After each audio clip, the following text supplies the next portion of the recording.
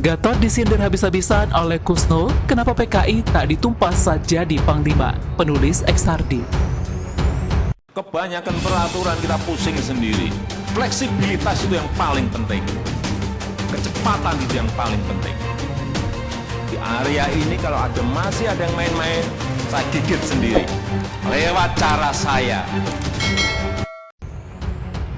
Entah kenapa orang yang tidak punya banyak kelebihan tapi sangat berambisi dalam politik, cenderung menggunakan narasi basi untuk membuat sensasi. Apalagi isu yang diembuskan selalu sama tiap tahun di bulan yang sama. Gatot sempat menanggapi di aroma patung jejak rejim Orde Lama menumpas PKI yang disebutnya hilang di Museum Kostrad. Bukti nyata jurang kehancuran itu adalah persis di depan mata. Baru saja terjadi adalah Museum Kostrad. Betapa diorama yang ada di Makostrad, dalam Makostrad ada bangunan. Bangunan itu adalah kantor tempatnya Pak Harto atau Soeharto dulu. Di situ direncanakan gimana mengatasi pemberontakan G30 SPKI, di mana Pak Harto sedang memberikan petunjuk kepada Sarwo Edi sebagai komandan resimen Parako dibantu oleh KKU, kata Gatot. Dia awalnya tidak percaya dengan kabar hilangnya patung tersebut. Dia kemudian menyebut itu merupakan tanda bahwa TNI saat ini sudah disusupi PKI. Sungguh sebuah kebetulan Gatot menyimpulkan soal PKI di akhir bulan September. Ini memang jelas ada agenda cari simpati dengan memojokkan salah satu pihak, dan dia mendapat apresiasi karena berhasil membongkar ini. Sungguh keji memang, apalagi itu adalah tuduhan tidak berdasar. Ya memang sepertinya sengaja dilontarkan tanpa klarifikasi dan bertanya lebih dulu. Padahal, apa susahnya sih cari faktanya dulu? Pembongkaran patung-patung tersebut atas keinginan dan ide Letnan Jenderal TNI Pun Azmin Yusri Nasution. Orang inilah yang membuat ide untuk membuat patung-patung tersebut saat dia masih menjabat Pangkostrat periode 9 Agustus 2011 hingga 13 Maret 2012.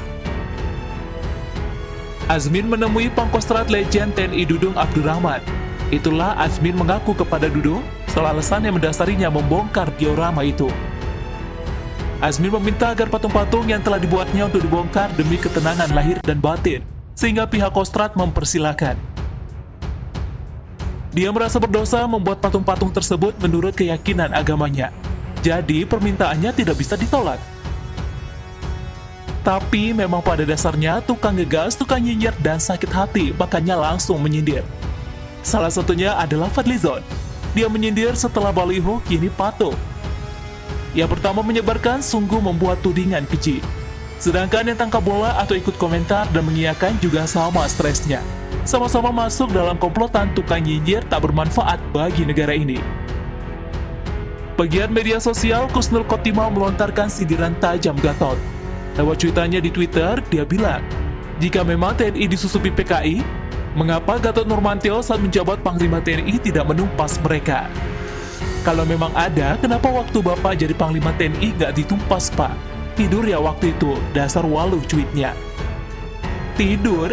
Rasanya nggak tidur sih, kecuali pernah tidur saat nonton film G30 SPKI beberapa tahun lalu. Logikanya jelas. Sewaktu masih menjabat sebagai Panglima TNI, memang pada dasarnya tidak ada PKI atau komunis. Sudah lama mati dan membusuk. Tapi ini kan masalah politik.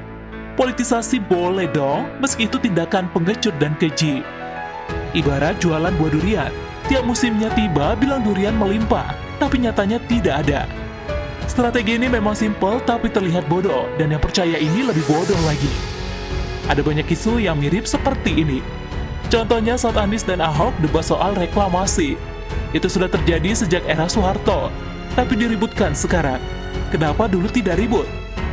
Freeport juga begitu. Diserahkan pengelolaannya ke asing di era Soeharto, tapi di era Jokowi ributnya minta ampun. Narasi SDA dijual ke asing terus berseliweran. Di era presiden sebelumnya tidak seribut itu. Contoh lainnya, aturan presidensial threshold 20% itu dibuat di era SBY. Aturan ini sudah diberlakukan 2 kali pada pemilu 2009 dan 2014. Kenapa sekarang baru ribut di era Jokowi? Sama ketika di era SBY, Rizik pernah dipenjara, tapi tidak pernah ada yang teriak kriminalisasi ulama. Tapi hanya di era Jokowi, Dikit-dikit teriak kriminalisasi ulama. Begitu juga dengan isu PKI bangkit. Di era sebelumnya isu ini tidak ada, hanya di era Jokowi isu ini dibesar-besarkan.